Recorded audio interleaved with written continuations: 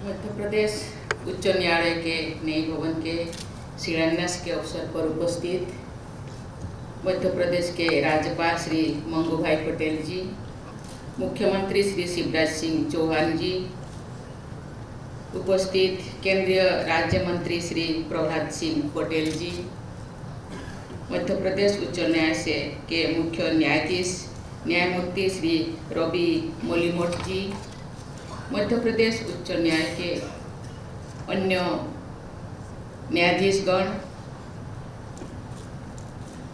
महाधिवक्ता श्री प्रशांत सिंह जी, विशिष्ट अतिथिगण, देवियों और स्वजनों, आज मां नर्मदा की पावन धरती जबलपुर में मध्य प्रदेश उच्च न्यायालय के नए भवन के शिलान्यास कार्यक्रम में आप सबके बीच उपस्थित होकर मुझे अत्यंत प्रसन्नता हो रही है।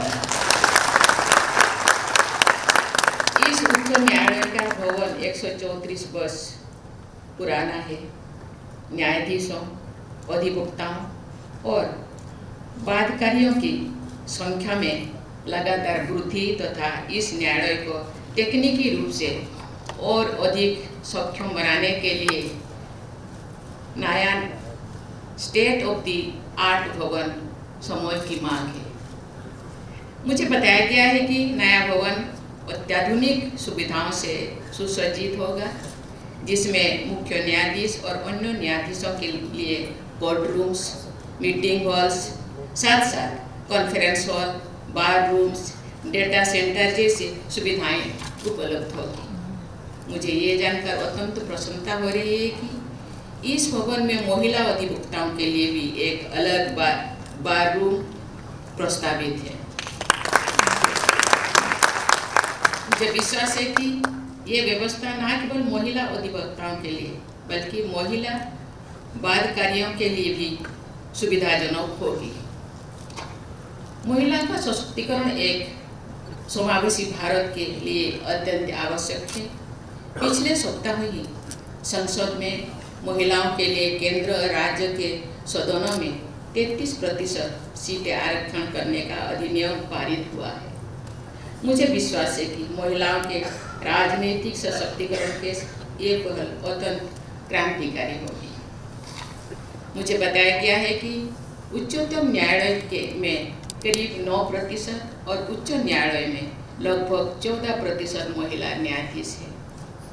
न्यायपालिका भी समाज का ही एक हिस्सा है, इसीलिए मुझे लगता है कि यहाँ भी महिलाओं की समुचित भागीदारी होनी चाहिए। मेरा मानना है कि महिलाओं में न्याय करने का नैसर्गिक भाव होता है, इसीलिए कहा जाता है कि एक माँ अपने बच्चों के बीच भेदभाव नहीं करती है। न्याय देने की प्रक्रिया किसी एक गणितीय सूत्र पर आधारित नहीं है। न्याय प्रशासन में पुस्तकीय ज्ञान के साथ साथ व्यवहार बुद्धि का प्रयोग भी अपेक्षा होता है।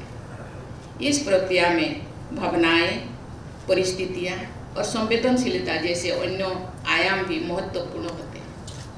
इसीलिए न्याय व्यवस्था में महिलाओं की अधिक से अधिक भागीदारी न्यायपालिका के भी हित में होगी।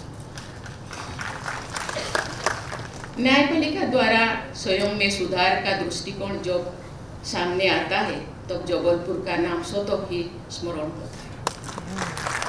जैसा कि न्यायपालिका से जुड़े लोग जानते हैं कि ADM Jabalpur versus Shivkant Shukla case में जबलपुर उच्च न्यायालय द्वारा protection of life and personal liberty के पक्ष में दिया गया निर्णय उच्चतम न्यायालय द्वारा वर्ष 1976 में ओवररूल किया गया था। अतः 42 साल के बाद वर्ष 2017 में उच्चतम न्यायालय ने अपने निर्णय को बदला। मौलिक अधिकारों के पक्ष में जबलपुर उच्च न्यायालय द्वारा दिए गए तत्कालीन निर्णय के मूलभूत सिद्धांतों की ही उच्चतम न्यायालय द्वारा पुनः स्थापना की गई है। इस प्रकार भारतीय न्यायपालिका के इतिहास में जबलपुर का नाम न्याय प्रणाली की प्रगतिशील यात्रा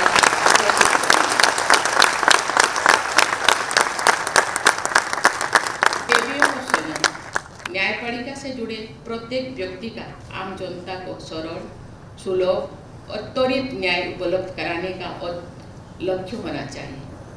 आज न्यायपालिका के समक्ष बड़ी संख्या में लंबित मामले, अंडर ट्रायल कैदियों की भारी संख्या, अदालतों में इंफ्रास्ट्रक्चर में इम्प्रूवमेंट जैसी चुनौतियां भी हैं। एक अनुमान के अनुसार देश भर की निचली अदालतों में करीब 4.5 करोड़ केसेस लंबित हैं, जिनमें से कई बार तो 20 से 30 साल तक लंबित है। मुझे ये जानकर हार्दिक प्रसन्नता हुई है कि मध्य प्रदेश उच्च न्यायालय ने जिला अदालतों में दशकों से लंबित केसेस के निपटारा के लिए 25 डेट नाम से एक विशेष अभियान शुरू किया है। इसलिए आपको बहुत इसके अंतर्गत जिला न्यायपालिका के प्रत्येक न्यायाधीश को अपने न्यायालय में 25 सबसे पुराना मामले को नियमित आधार पर निपटाने के निर्देश दिए गए हैं।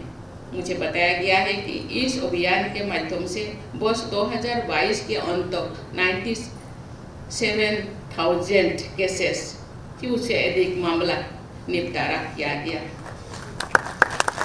मुझे इस उपलब्धि के लिए मध्य प्रदेश न्यायपालिका से जुड़े सभी व्यक्तियों की सराहना करती हूँ और आशा करती हूँ कि वे इस प्रक्रिया को और भी आगे जारी रखें। अदालतों में लंबित केसेस की अधिकता के कारण विचाराधीन कैदियों की भारी संख्या जेलों में रहने की मजबूरी है। मैंने पहले भी कई अवसरों पर कहा है कि ऐसे विचाराधीन कैदी जो छोटे मोटे अपराध के लिए जेलों में बंद है, उनके बारे में न्यायपालिका, सरकार और पुलिस प्रशासन को सोचना चाहिए और कई समाधान की रास्ता निकालना चाहिए। ये पंच परमेश्वर का देश है, जो माननीय मुख्यमंत्री भी कहे। यहाँ न्याय की परिकल्पना ग्रामीण व्यवस्था से ही शुरू में थी। मेरा मानना है कि विवादों के वैकल्पिक समाधान की व्यवस्था को और मजबूत करना चाहिए। इससे एक और तो विवादों का समाधान सस्ता और सुलभ होगा, दूसरी ओर न्यायपालिका पर बोझ भी कम होगा। हाल ही में मैंने मीडिएशन एक्ट 2023 को अनुमति प्रदान की है। ये अधिनियम निकट भविष्य में ही प्रभावी हो जाएगा। मैं आशा करती हूँ कि इस अधिनियम के प्रावधानों का उपयोग करने से मीडिएशन को व्यापक तथा संस्थागत स्वीकृति मिलेगी तथा लिटिगेशन का बोझ कम होगा। देवियों और स्वजनों, न्याय देने की प्रक्रिया को सरल, सुगम और त्वरित बनाने में इंफ्रास्ट्रक्चर की अहम भूमिका है। एक प्रसन्नता का विषय है कि राज्य सरकारें अदालतों के इंफ्रास्ट्रक्चर को मजबूत बनाने पर ध्यान दे रही हैं। आज का शिलान्यास भी इस दिशा में एक महत्वपूर्ण कदम है। इसके लिए मैं माननीय मुख्यमंत्री श्री शिवराज सिंह चौहान जी, मध्य प्रदेश सरकार और राज्य के उच्च न्यायालय को बहुत बहुत बधाई देती हूँ। टेक्नोलॉजी आज प्रत्येक क्षेत्र में महत्वपूर्ण भूमिका निभा रहा है। न्याय व्यवस्था में भी टेक्नोलॉजी का प्रयोग बहुत तेजी से बढ़ रहा है। ई कोर्ट, वीडियो कॉन्फ्रेंसिंग, ई प्रोसीडिंग और ई फाइलिंग की सहायता से जहां न्याय प्रशासन की सुगमता बढ़ी है, वहीं कागज को प्रयोग में कमी आने से प्राकृतिक संसाधनों का संरक्षण भी संभव हुआ है। ये बहुत ही प्रसन्नता की बात है कि केंद्र सरकार ने हाल ही में ई कोर्ट परियोजना के तीसरी चरण को मंजूरी दी है। मुझे विश्वास है कि इस चरण के सफल कार्यान्वयन से न्याय प्रणाली सभी स्टेक होल्डर्स के लिए और अधिक सुलभ, कैफियत, विश्वसनीय और पारदर्शी बन जाएगी। अदालतों के निर्णयों को स्थानीय भाषा में उपलब्ध कराना न्याय प्रक्रिया को सरल और सुगम बनाने में अत्यंत महत्वपूर्ण है। मुझे प्रसन्नता है कि इस दिशा में निरंतर प्रयास हो रही है। इस प्रक्रिया में भी टेक्नोलॉजी का प्रयोग बहुत महत्वपूर्ण भूमिका निभा सकता है। देवियों और स्वजनों, हम सब लोगों पर समाज का ऋण है। हम इस ऋण को विकास यात्रा में पीछे रह गए लोगों की मदद करके उतार सकते हैं। मुझे ये जानकर प्रसन्नता हो रही है कि मध्य प्रदेश उच्च न्यायालय ने मुख्य न्यायाधीश के नेतृत्व में एक सराहनीय पहल की है, जिसके अंतर्गत इस हाईकोर्ट के सभी जज प्रति माह एक निश्चित राशि गरीब और जरूरतमंद व्यक्तियों की सहायता के लिए देंगे। इस पहल के साथ साथ मेरी अपेक्षा होगी कि वंचित वर्गों को न्याय दिलाने में निःशुल्क सहायता करने के लिए संस्थाएं और अधिवक्ताओं के समूह आगे आए। इस बात का ध्यान रखा जाना चाहिए कि न्यायपालिका का न्याय इतना महंगा ना हो जाए कि ये आम आदमी के से दूर हो जाए। इसके लिए संस्थागत प्रयासों को मजबूती देने की जरूरत है। इस विश्वास के साथ जब न्याय भवन पर